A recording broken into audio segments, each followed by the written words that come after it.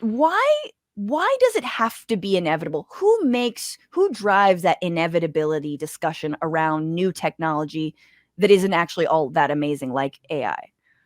Yeah, it's the tech companies, right? If you can say from the beginning, should we adopt this or should we not? It immediately kind of makes it so that the product that these companies want to roll out in the world isn't inevitable and it's something that we have a choice over. But once it comes to, you know, um, AI is rolling out, AI is here, AI has become so powerful, it's like this massive threat to our society and humanity and all of our jobs and all these other things, then all of a sudden you can't say, wait, should we be doing this at all? You get distracted with other questions as to, okay, how do we regulate it? And which companies should be in control of it?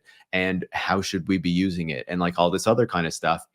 Instead of asking like the deeper, more fundamental question as to, should it be used at all? Is what these companies telling us, like, is this all accurate? Like, are they telling us the truth or are they kind of bullshitting to get Right. us to like buy into what they want to, sell us basically? Yeah. And I think that that is really the core of it, right? They don't want us to question these futures that they want to foist on us, futures that make them profit and that increase the degree of control that they have over everybody else. Right. Right. And you come from like a tech writer world, correct? As Yeah, I've been writing about tech for quite a while. Yeah. yeah, right. And what you see so much is that how the media also plays this role where they're like Mhm. simultaneously really afraid of this new technology, but also Yeah, incredibly enamored and being like, oh my God, I talked totally. to ChatGPT and like now we're boyfriend, girlfriend. And like it's like this whole thing. So they kind of yeah, they fan the flames of like, yeah, again, the like unquestioning sort of Mhm. fangirling over these new technologies that, again, as we talked about, rely on a bunch of underpaid people in like Kenya who Yeah. are fucking reading the worst and seeing the worst things on the internet possible. Totally. Like, I don't know if you remember the early days of like the ChatGPT hype, but like the New York Times and all these major publications were publishing like transcripts with ChatGPT, like online and in their newspapers. And I remember the New York Times was like the most notable one because it kicked off all these other publications doing it. But Kevin Roos, one of the tech journalists there, was like, ChatGPT is telling me I should break up with my girlfriend and like try, Right, right. doing all this other kind of stuff. And I ChatGPT was like, ruined my marriage. You're like, I yeah, think yeah, you ruined your marriage, you idiot. yeah. Like I But it, remember reading that. I'm just like, oh God. yeah. It's shocking how, like, this is, like, the level of discourse that we can get over these things, especially when, like, they're new and just being launched, and these are people who you expect to, like, have a degree of expertise and, like, be informing the public, and instead they're just, like, totally falling for the exact narratives that the companies want people to follow. But, like, Yeah. picking up on what you were saying about what actually goes into these tools, like, there has been reporting on, the poorly paid Kenyan workers who were essential to ChatGPT and kind of weeding out all of the like really terrible stuff that's on the web that it could have been spitting out at us if those workers were not used. Student interns in China, prison labor in Finland. Like Oh my there's a God. bunch of people, there's a bunch of work that goes into doing these things. And then on top of it, we're seeing the growing number of lawsuits from the New York Times, from artists, from other media publications that are challenging OpenAI and these other AI companies, Microsoft as well, because it's a major investor in OpenAI, for using copyrighted material to train their models. And now many people are finding that these, whether it's the image tools or the writing tools like ChatGPT, are just spitting out like largely plagiarized stuff that they've taken from elsewhere. There's this argument sometimes that these models are learning when they take all this in, but they're not humans, right? They don't have brains like ours. They're just making copies of things and then Yes. trying to like, take all the different copies and figure out something that works for your prompt. And that's just taking from all these different places and spitting something out, right? So you're not afraid of reaching what's the what's the thing we're supposed to reach that Elon is afraid of? The singularity, maybe, The or AGI or singularity, something. I Yeah. swear to God. Fuck Rome, how often do you mention the singularity? That's when you should worry about your boyfriend, so because I love that, which is like, again, I think there's this idea that they're gonna get so smart, that it's gonna be so Yeah. incredible, and it's like, w why is that not true? Oh my god. How much time do we have? Yeah, it's a ridiculous notion, right? Because it assumes that these computers are learning the way that humans do, and that just because they can do things that maybe they couldn't have done before, that means that they are getting more intelligent or whatnot.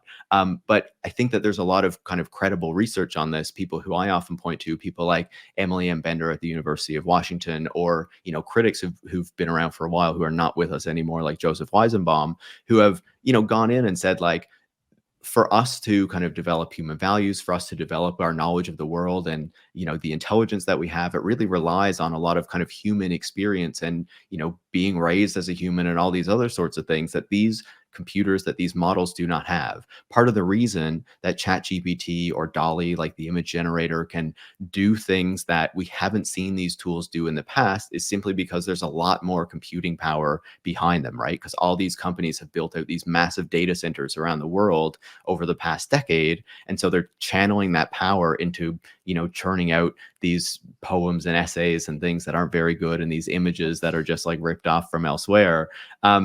And yeah, so it's not that they are becoming smarter, that they're becoming closer to human intelligence. It's just that we're spending a lot more computing power, a lot more water, a lot more energy, a lot more computing parts in order to try to get this to further emulate it. And I think these companies are incentivized, or, I don't know how to put it exactly. I think on one hand, they're incentivized to make us believe this, but on the other hand, I think you have a lot of people leading these companies who just buy into this ideology that computer intelligence and human intelligence are one and the same. And as long as Yes. we can increase like the level of intelligence, whatever it is, then we're all better off, when there's a real kind of distinction between human intelligence and what a computer can actually do. Mhm. And so specifically about the amount we've talked about human labor a little bit, but the amount of Yeah. resources. I don't Yeah. think a lot of us understand just how resource intensive Mhm. running things like OpenAI or generative AI is. But can you talk about that from your research and understanding?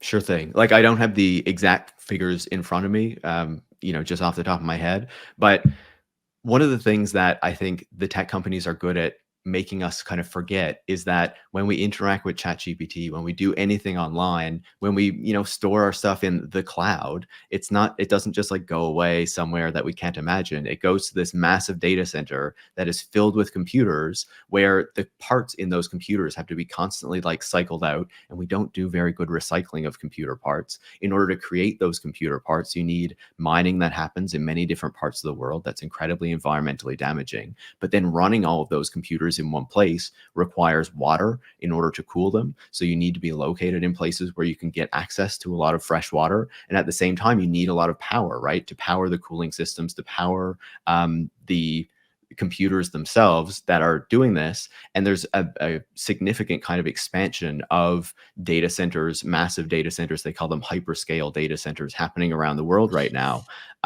One of the things that is quite interesting is there seems to be a growing kind of pushback in local communities around the world, not everywhere, but in some places, against having these data centers built, because people can see that it's using up their fresh water, that it's using up a lot of the power that their communities rely on. Say if they're trying to hit kind of renewable standards, all of a sudden something like a data center comes in and requires a lot more power. You need to be running more fossil fuel energy or something like that in order to make up for it. But one of the things that researchers have found is that often these data centers are located in places where energy is cheap. So, Mm. often warmer places and things like that, if you think about the US kind of in the South and stuff. But these are often also places where water is limited. So, places like deserts and places that don't have a lot of fresh water. And so then you're pulling all of this fresh water out of the system, and often kind of threatening the water supplies of communities, right? That's just so wild and runs in counter to everything we've been told and sold about tech, and, Yeah. goes to the heart of your podcast, which is Tech Won't Mhm. Save Us, and it goes to the heart of, like, why it's all a fallacy, why there is still a physical reality to every one of Totally. these so-called advances. You write in your blog, Disconnect blog, you write that in Dallas, Oregon, or Dalles, Oregon, Google was found Mhm. to be using a quarter of the city's water supply to cool its facilities. What Yeah. the fuck? And And it's and fresh that was water. Why hidden. does it have to be fresh water? I don't get that. Why don't can't you just throw sewage on it? That cools stuff down. I guess it's warm. Maybe it's too warm. It was that was also hidden for a long time. So people in the community were like fighting to get this data because it wasn't being given over to them because I believe the city had signed a non-disclosure agreement with Google. And for a long time, like a lot of these major Jesus. companies, Google, Microsoft, Amazon, will go into places, buy the land under like with shell companies and stuff. So you can't actually see the name of the entity that's doing it. And then it's only after that local communities find out what is actually being planned for this location and who is actually involved in this. And that is when kind of pushback begins. And sometimes they fail, but When it's sometimes too they late. are successful. Exactly. Mhm. Right. River, please feel free to jump in anywhere. I Yeah. just have to. I have. I mean, I'm just curious, Paris, if like how like in cahoots with the fossil fuel industry is. Mhm. I mean, I know the tech industry is period, but to get Yeah. specific about like just AI, because to me, Yeah. like everything you're saying is like, oh, this is like a handshake deal. We Hmm. create this thing that on the face of it is advancing human technology and making your life easier. When in fact, it's actually like replacing you and your Hmm. job, and maybe not you, but the workers that you maybe look down on. And then it's Yeah. also replacing you de facto by taking your literal water from you. Hmm. And saying like, yeah, we're also not going to we're going to pull all the funding from like public transportation, any sort of Hmm. public possibility, and just funnel it all into this AI, while at the same time making shitty poetry out of it.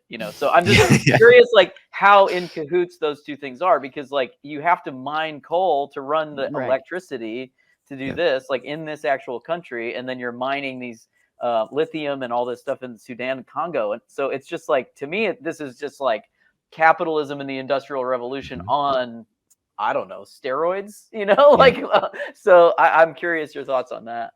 Yeah, absolutely. I would say there's probably not like direct links in the sense that like OpenAI is like, we're partnering with Exxon to like make this Right. Yeah. happen. But like you can see how there's a direct benefit there, right? Because the AI conversation kind of distracts us from bigger questions because we're focused on this and kind of the supposed existential risk that it creates.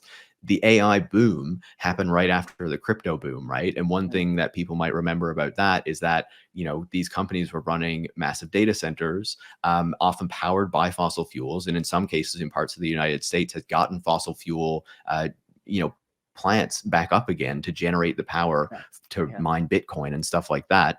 And then there's a big collapse in the prices, and so you have all of these like graphics cards and all of this kind of computing power that is sitting idle because you're not making as much money off it anymore. And then all of a sudden you have a big AI boom, and there are stories about kind of the graphics cards and the computing power being used for crypto mining, then being used for kind of AI, generative AI tools. Right. Another piece of that, though, like to make a more direct link, is that not generative AI, like the things that OpenAI is doing, but still AI tools that have been around for a while have been used by companies like Microsoft, Google, and Amazon in order to make the kind of running of oil and gas companies' operations more efficient. And what that Mm. means is actually to better allow them to extract more oil and gas from Right.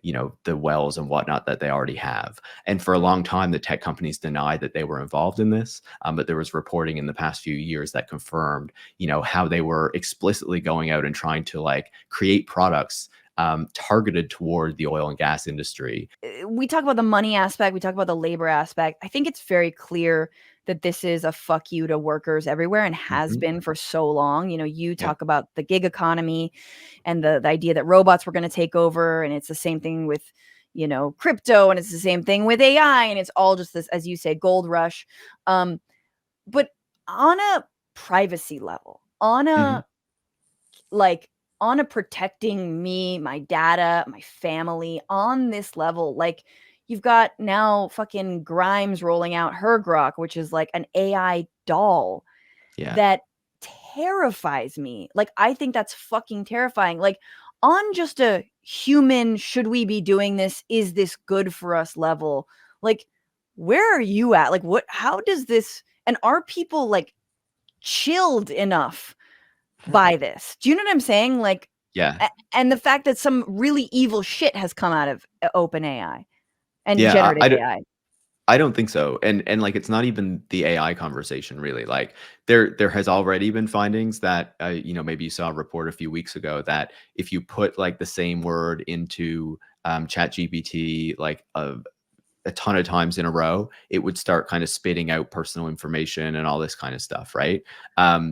Yeah, so these tools are trained on everything that's online, right? So it scraped Right. all of our personal data and brought it in to train these chatbots. So all of that is in there, and like I said, it's just making copies of everything, right? Facebook in particular, like it's training its shit on Facebook, right? And what is on Facebook? All of our stuff.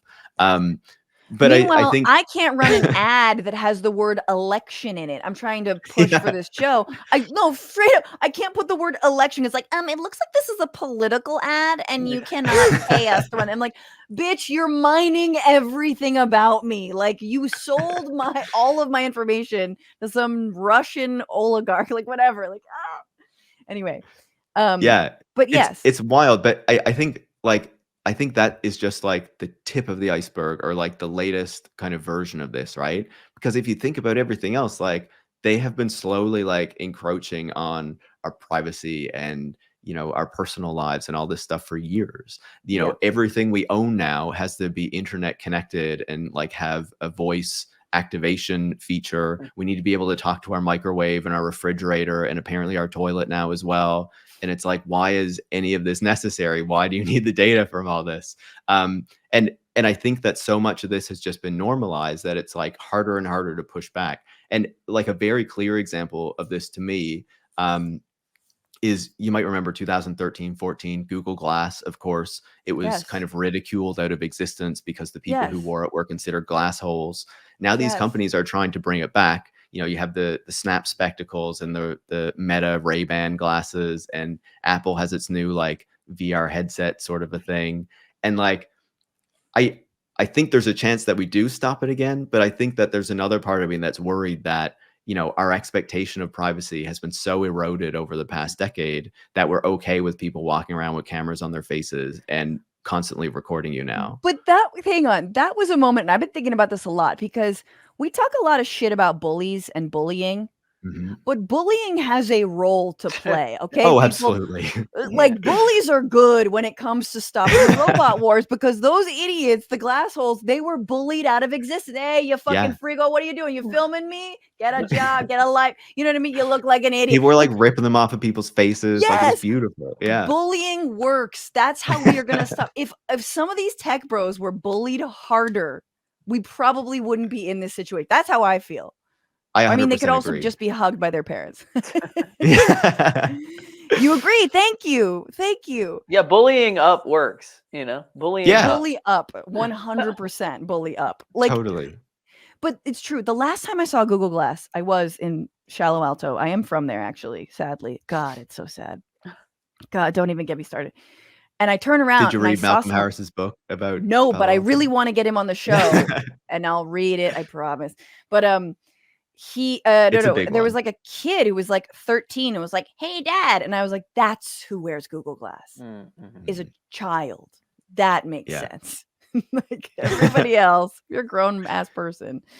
It's Um, funny because if you watch, like, the ads that Apple put out for, like, its Vision Pro, like, when it initially kind of introduced it back in June or whenever it was, like, a lot of it was, like, people sitting at home, like, wearing this headset on their face, and, like, one of the, like, demos that they showed was, like, this middle-aged guy who was all alone sitting in, like, this dark room with the headset on his face, looking at, like, memories he'd recorded of his Oh. kids, and I was like, "Oh, so oh it's my just for, like, god. divorced dudes who, like, can't see their kids anymore, but have too much Divorced money." dads. Like Sadness glass. yeah. It's a Yeah. sadness glass. Yeah. Totally. Woof. That is so. Like, we think we're gonna be those fat people in Wall-E who are just, like, entertained, like, in our little chairs, you know? Like, those guys who are, like, zooming around? Yeah, oh, We're yeah. not. We're just gonna be, like, sad divorced dads looking at, like, the way we were and, like, Yeah. watching Well, people touch grass virtually. yeah, exactly. We're gonna sit in a barren landscape with nothing in it, looking Yeah. through goggles that like represent trees as like our last remaining drops of water are pumped over the server that allows the glasses to operate. It's like Man, I love insane. the metaverse. Yeah, Yeah. it's so great. It's so cool. The It's future. fucking. You I should love really the get future. in now. There's so much TV to watch, man. Get in early. Make sure you're buying up all that metaverse land. It's going to You be can watch valuable. every season. They got spring, they got fall, they got summer, they Great got joke, winter. It's Francesca. insane. Who needs to Um, move to Mars when we're just going to turn this planet into like a barren wasteland? go to Mars. I can't wait for them to fucking go to Mars. Okay, final Paris before we leave. Biden had this executive order about studying AI. Governor Newsom of California had the next executive order, like we're going to look at the risks, but also the benefits. Yeah. What do you Yeah. make of some of these executive orders? Are we getting out ahead of this? Is it a good sign, or what are your thoughts?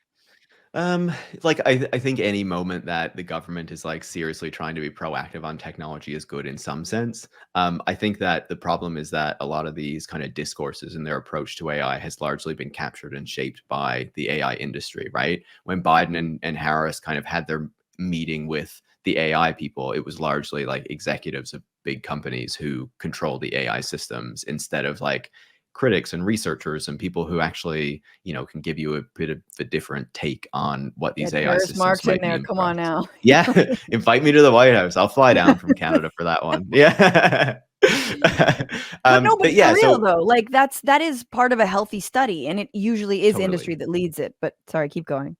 No, but like I was saying earlier, like the concerns that they would want us to believe are the issues are like, is AI going to become so powerful that it can like control us or kill us, or are we on the verge of artificial general intelligence and the singularity and all this kind of stuff? When like the real risks are, how is AI going to be implemented into like the systems and services that we rely on, right? How is it going to be deployed into the immigration system to determine Oof. who can get visas? How is it going to be rolled out in the welfare system to determine who has access to social support programs and things like that? Who decides if it's going to get rolled out in healthcare to determine whether you have access to insurance or various procedures or things like that, right? I think these are the real risks, and those are the things that government is largely not focused on, especially when they're listening to the AI companies that don't want us to be thinking about that. What's going on, Frantifa? If you haven't already, subscribe to this channel right now. Hit that button. And also, you can become a patron and support the show every single week. Get access to bonus episodes and exclusive merchandise. Patreon.com/Bitchuation Room. Do it.